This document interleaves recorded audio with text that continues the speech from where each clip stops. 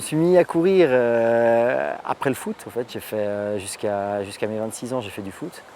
Et ensuite, à un moment, je me suis dit, j'avais fait le tour. On va dire, j'avais plus de challenge. J'ai commencé par des petites courses dans la région lausannoise, donc en Suisse.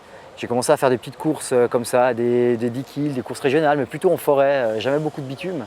Et ça a commencé à me plaire, jusqu'au point où j'ai allongé, j'ai commencé à faire des petites courses de montagne, style préparation sierzinale, mais plutôt des 15 km, des 20 km.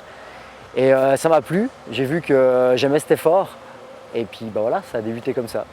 Ce qui me plaît le plus, c'est vraiment l'aventure, c'est-à-dire d'être au départ et d'avoir tellement de paramètres à gérer, tellement d'inconnus, c'est que je ne suis pas sûr d'arriver au bout. En fait. C'est ce challenge, de relever ce challenge, d'arriver au bout, de boucler la boucle. Pour l'UTMB, c'est une belle métaphore vu qu'on fait vraiment une boucle. Mais c'est vraiment ça en fait. C'est vraiment le défi de soi, le dépassement de soi et aller chercher de l'énergie, des forces insoupçonnées au fond de nous-mêmes. Alors moi j'ai fait des études de police scientifique, donc de criminalistique. J'ai ensuite commencé une thèse de doctorat sur les drogues en général, sur les stupéfiants. Et là maintenant je travaille pour la police judiciaire fédérale suisse, à Berne, en tant qu'expert scientifique, collaborateur spécialisé. Donc je suis civil. Et donc voilà, je travaille là-bas depuis 2 ans et demi maintenant. Et j'habite à Lausanne, je travaille à Berne, donc je fais les allers-retours, il y a à peu près 3 heures par jour. C'est assez conséquent, mais avec une bonne organisation, ça marche, quoi.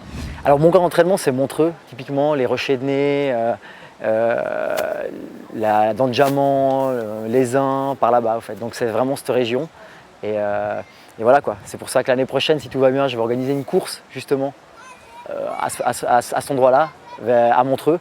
Donc le Montreux Trail Festival. Donc je fais un petit peu déjà de promotion, mais ça viendra sûrement à partir de septembre. Donc c'est vraiment mes terrains de jeu, mon terrain d'entraînement, et c'est quelque chose qui mêle lac, montagne. Donc c'est vraiment un peu un spot comme Annecy, qui est super pour la pratique du trail. On peut vite faire 1600 de dénivelé avec une vue incroyable et puis se jeter dans le lac juste après, quoi. Donc c'est un spot qui est top. Je pense que le plus difficile, c'est vraiment de contrôler l'esprit.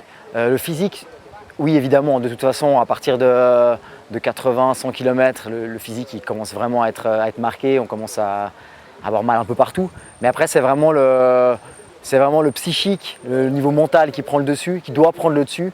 Et c'est, je pense, à ce moment-là où il y a des risques d'abandon. C'est si on n'arrive pas à s'auto-convaincre de continuer, à rester positif et aller de l'avant, là ça peut être mauvais.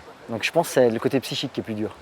C'est un discours avec soi-même, en fait. J'essaie de rester positif, de me parler, de me dire allez Diego, vas-y, et surtout de décomposer la course, de me fixer des objectifs vraiment à court terme, quoi. La montée suivante, voire même encore moins, quoi.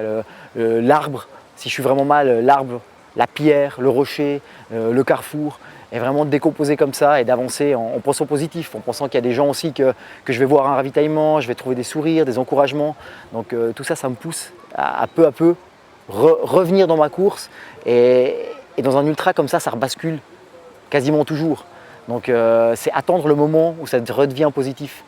Donc voilà, moi je fonctionne comme ça en fait.